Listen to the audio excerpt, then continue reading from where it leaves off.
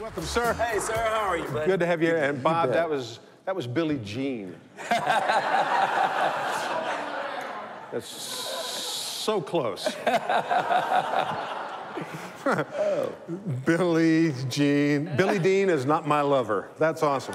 Yeah, so, first question, how's the sausage business? I'm sure. No. That's the Jimmy Dean joke. No Get doubt. that out of the way. All right.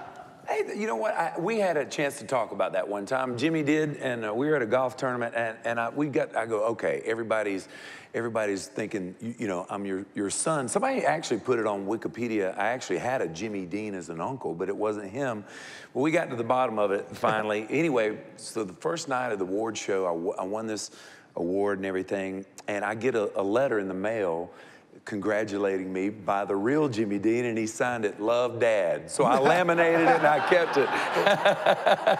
Yeah, I accidentally stumbled into a great story there. Well, thank you. Welcome so much. It's good to have you here. And what brings you to Mesa, Arizona? Well, I also, like the Duttons, I have a show in Branson, Missouri, and I met this wonderful family, and we got to talking about, you know, what are you going to be doing, you know, when the season closes in Branson, and usually, you know, we usually January, February, March is very slow months for touring. You know, it's off season. They invited me to come to Mesa and perform there at the Dutton Theater this year, and so I decided to come out and get out of the cold and invest a little bit in Mesa, as they have, and they've been very gracious to let me put this really unique show up. The show that I do is kind of a story behind the hits. We've had 11 top 10 singles, 5 number ones, and we do a lot of stories behind the hits, which is something that sort of originated in Nashville, and it has to be the right theater, and this is the perfect setting for that kind of show. Oh, that's awesome. And yeah, I'm looking at your resume here. 5 million albums worldwide, 11 top 10 singles, 5 number ones. That's awesome. And how many Grammys? 1 Grammy. Yeah, I have actually 2, one on my dad's side and one on my mom's side, but Grammy.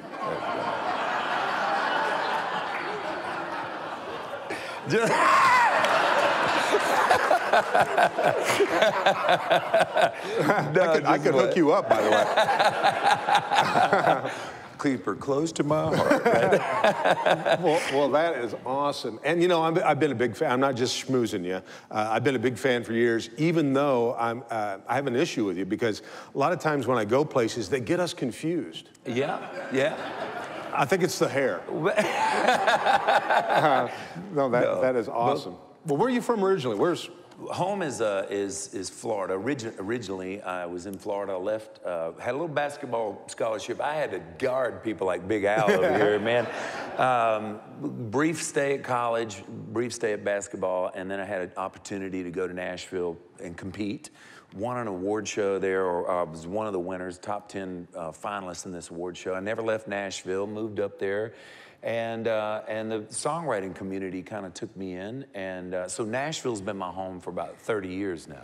Oh, that's great. Yeah, it's a great town. It's an awesome city, and but not a lot. I mean, there's some cool live music going there, but really, you know, Branson, Missouri is really upstage Nashville when it comes to seeing live shows, and I recommend coming there too.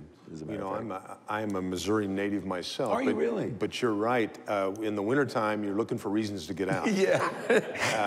Yeah, the Duttons are so nice. This is a well-kept secret. I didn't know the temperatures here in January and February. Well, and you hooked up with these guys, and they're huge fans. I mean, Ben should be your agent.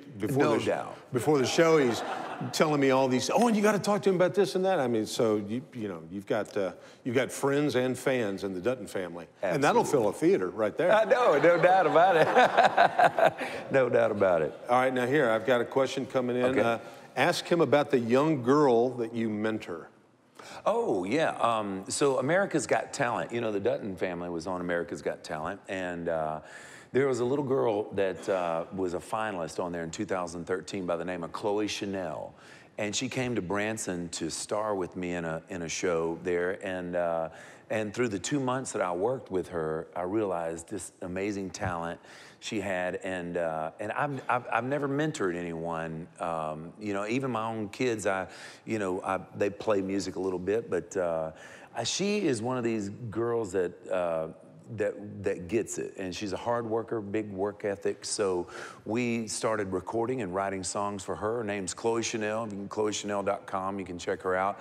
You can see her on YouTube, man. This kid's gotten 20, 30 million views on YouTube. She's phenomenal. And I told her, I said, you know, I don't know how to make you famous. That's not what I do. But what I can do is I can surround you with the absolute best talent, because I don't like to see shows exploit young talent and make money on the backs of these kids. What I told her, I said, don't chase the fame, let's chase the talent. Let's put all the best writers, the best mentors around you, the rest will take care of itself. That's great advice. You know, as a comedian, yeah. People always ask me who my favorite comedians are. Who are your favorite musical influences? Who do you like to listen to when you're not listening to your own stuff? I've had enough of me. I don't even like myself. No, I was a big fan of two people, really. A big fan of Merle Haggard. I was a big singer-songwriter, and got to tour with Haggard for a year, which was a great experience. And James Taylor was a really big influence when it comes to guitar and songwriting. I kind of patterned my guitar playing around James Taylor, and had a chance to see him one time, and we were on our tour bus. A quick little story, we were on a 45-foot tour bus, had the night off, comes on the radio, James Taylor's in concert. So we called to get tickets, sold out. So my bus driver decided at 3 o'clock, we knew about catering time. We decided, said, well, if we pull our bus in around back, they may just wave us right on in. And that's exactly what happened. Of course, nobody would get off the bus because we didn't want to get busted. Luckily, we got in. We found somebody we knew there. You know, everybody knows everybody on the road, and he couldn't have been more gracious. It's so awesome when you get to meet one of your heroes, and they're as nice of a person as you'd hope they'd be. Well, thank you. Oh, you mean James Taylor? Oh, yeah. And you, of course. Nice. What was that? That was wrong. Well, that is all. And I'm real quick. I know we're always looking for ways to help you get people in to see without having to sneak in the back in a bus. Right. They can come see you at the Dutton Theater, which is, tell me again where it is? 74th and Main. 74th and Main. Perfect. And these are some upcoming dates. Yeah, we had, a lot of fans out here back in the 90s, and it seemed like I lost touch with them. And one of the largest crowds I've ever played for was in Phoenix. We had 150,000 people downtown Phoenix in the 90s. And I just wanted to come out and try to reconnect with some of those fans. And so that's one of the reasons we're here, and hopefully come back every winter and do this. Well, that's awesome.